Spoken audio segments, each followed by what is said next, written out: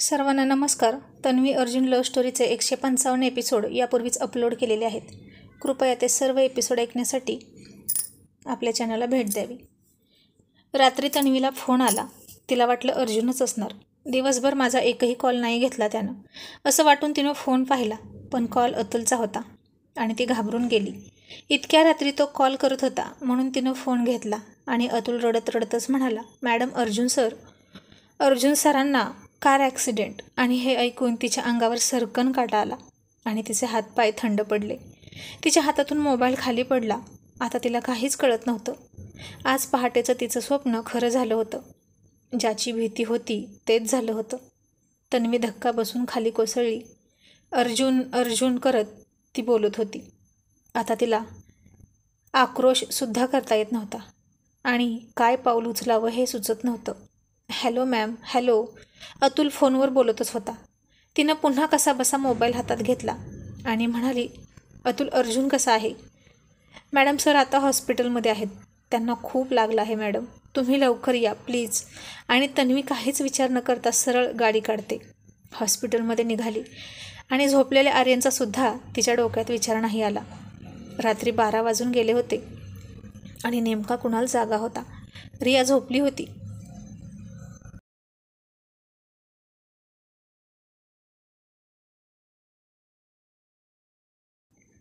त्यानं खिडकीतून तन्वीला जाताना पाहिलं.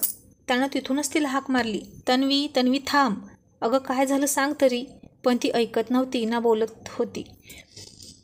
फक्त अर्जुन, बास एवढंच तिच्या डोळ्यासमोर होतं. आणि कुणालने रियाला उठवलं. आर्यनजवळ थांब असं सांगितलं. तो सुद्धा तिच्या मागे गेला. रस्त्यावर जास्त वाहने नव्हती त्यामुळे तिची गाडी दिसत होती. तो तिला फोन लावत होता पण तो घरीच होता. नक्की झालं काय हे त्याला माहीत नव्हतं, पण असं काहीतरी होतं जे तन्वीला आतून हादरून टाकणार होतं. त्याशिवाय इतकी संयमी साहसी तन्वी कासावीस झाली नसती. आणि कुणालच्या मनात शंका आली, अर्जुनला तर काही झालं नसेल ना? Oh shit. तन्वीला ज्याची भीती होती तेच झालं असेल का? आता तन्वी हॉस्पिटल समोर आली आणि धावतच ती आत गेली. अतुल बाहेरच उभा होता. अतुल, अर्जुन कुठं आहे? अतुल रडत म्हणाला, मॅडम ते ऑपरेशन थिएटरमध्ये आहेत. तन्वी घाबरून म्हणाली, ऑपरेशन? कशाचं ऑपरेशन?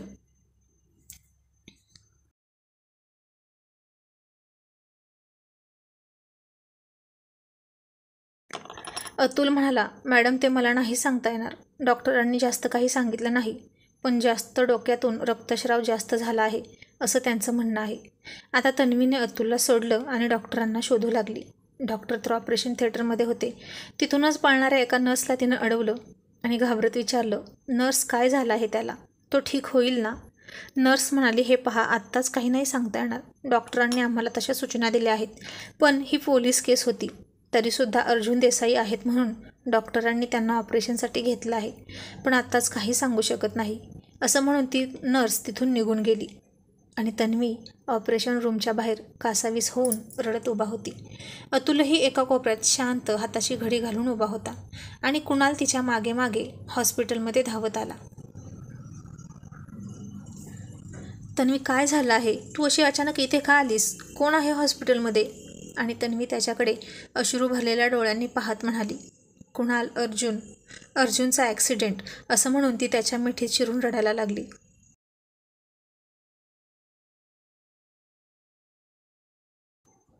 आज तिचा सगळा धीर संपला होता. कुणालसुद्धा आश्चर्यचकित झाला. त्याला फार मोठा धक्का बसला. तिला धीर देत म्हणाला, तन्वी, त्याला काही नाही होणार. Trust me. तो फायटर आहे. या सिच्युएशनमधून सुद्धा तो नक्की बाहेर येईल. तन्वी म्हणाली, पण डॉक्टर म्हणत आहेत की मेंदूमध्ये ब्लिडिंग झालं आहे. कुणाल म्हणाला, ते आपण बघू. मी बोलतो डॉक्टरांशी. पण तू रडू नकोस. आणि मला का नाही सांगितलंस? एकटीच आलीस? आर्यनचा सुद्धा विचार नाही केलास तू?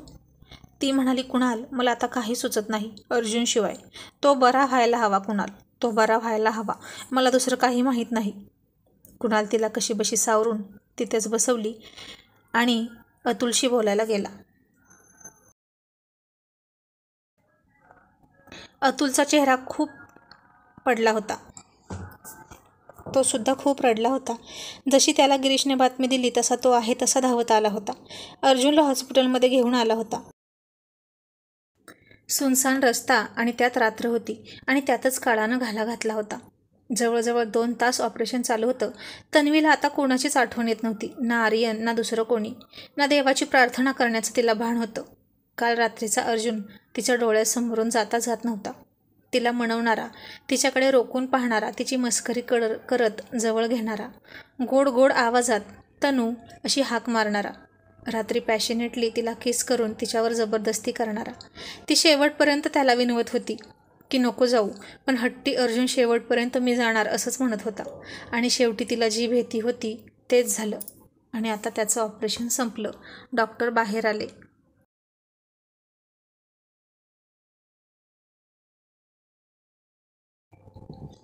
तन्वी धावतच डॉक्टरांकडे गेली आणि म्हणाली, डॉक्टर कसा आहे तो? तो ठीक होईल ना?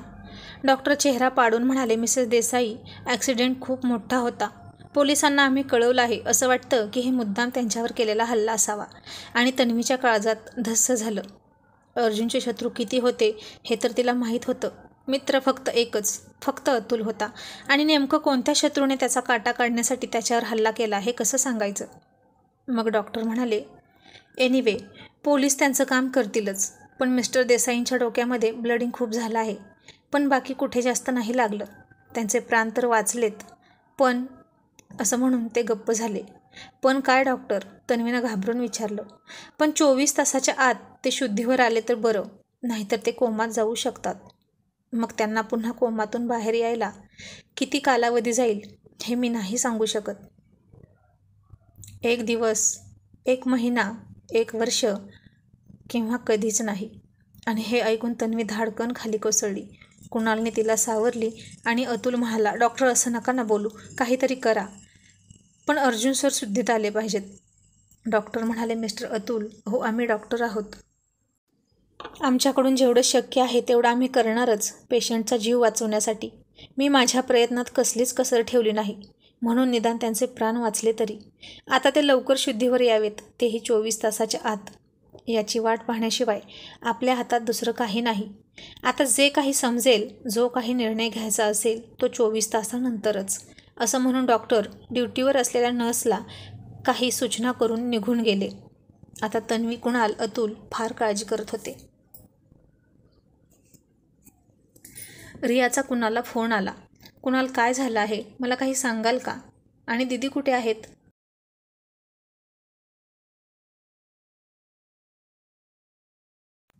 कुणाल म्हणाला, रिया, आर्यनकडे नीट लक्ष दे. तन्वी आहे व्यवस्थित. रिया म्हणाली, पण तुम्ही दोघे अचानक का गेलात, तेही इतक्या रात्री? मला भीती वाटते कुणाल. आता कुणाल नाही तिला अर्जुनविषयी सांगायचं टाळलं. ती हळवी होती आणि गरोदरसुद्धा. आणि आता इकडे खन्नाचा गुंड फोन करून त्याला सांगत होता, अर्जुन देसाईचं काम तमाम केलं आहे. आता तो जिवंत राहत नसतो आणि जरी राहिला तरी त्याचा काही उपयोग नाही. एक जिंदा लाश म्हणून तो राहणार. आणि खन्ना त्याला म्हणाला, गुड जॉब, तुला तुझी रक्कम लगेच पाठवतो. आणि तो फार खुनशीपणे हसत म्हणाला, अर्जुन देसाई, तू मला संपवायला निघाला होतास? आतापर्यंत तू खूप जणांना मातीत गाडलं असेल, पण यावेळी मीच तुला पुरलं आणि तुला पुरून उरलो. आता बस चांदण्या मोजत आकाशातल्या. असं म्हणून तो फार विचित्र हसायला लागला. आता सकाळ झाली. सगळ्या न्यूजपेपरमध्ये, न्यूज चॅनलवरती अर्जुनच्या ॲक्सिडेंटच्या हेडिंग झळकत होत्या. बिझनेस जगतामध्ये एकच खळबळ उडाली. अर्जुन हॉस्पिटल म्हणजे आता त्याच्या कंपनीवर परिणाम होणार, शेअर्स ढासळणार. नक्की हा ॲक्सिडेंट होता की प्राणघातक हल्ला? याविषयी मीडियामध्ये काय काय चर्चा चालल्या होत्या. काय बाई रंगून रंगून सांगितलं जात होतं. बघता बघता सगळीकडे ही खबर वाऱ्यासारखी पसरली. सगळे इन्व्हेस्टर घाबरले. अर्जुनच्या ऑफिसमध्ये सुद्धा सगळे दुःखी होते. अतुल सकाळी ऑफिसला गेला आणि सगळ्यांना कामाच्या सूचना दिल्या. कारण काहीही झालं तरी the show is must go on ही अर्जुनची शिकवण त्याच्या लक्षात आली. काम थांबलं नाही पाहिजे ॲट एनी कॉस्ट. ऑफिसमध्ये सगळे रडत होते, फक्त सपना सोडून. अर्जुननं काल केलेला अपमान अजूनही तिच्या लक्षातनं गेला नव्हता. आणि ती मूर्ख मुलगी नाक उचलून म्हणालीच, काल माझा इन्सल्ट केला होता ना सरांनी, त्याची शिक्षा मिळाली त्यांना. आणि आता सगळा स्टाफ तिच्याकडे आश्चर्यानं बघत होता. अशी कशी बोलू शकते ही? आणि सगळ्या लेडीज स्टाफ तिच्यावर तुटून पडल्या. तिचा सगळ्यांना खूप राग आला. मूर्ख कुठली, तू काय ओळखतेस ग सरांना? इथून चालती हो, असं त्या म्हणाल्या. पण ही मूर्ख बाई अशी जाणार नव्हती.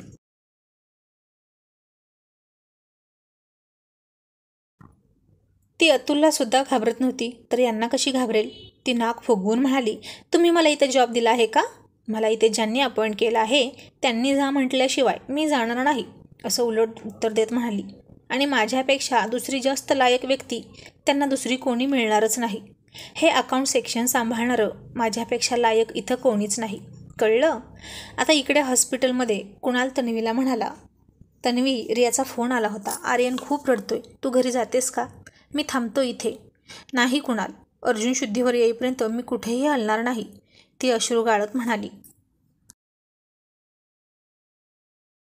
तिचं डोकं आता काम करतच नव्हतं, सुन्न झालं होतं.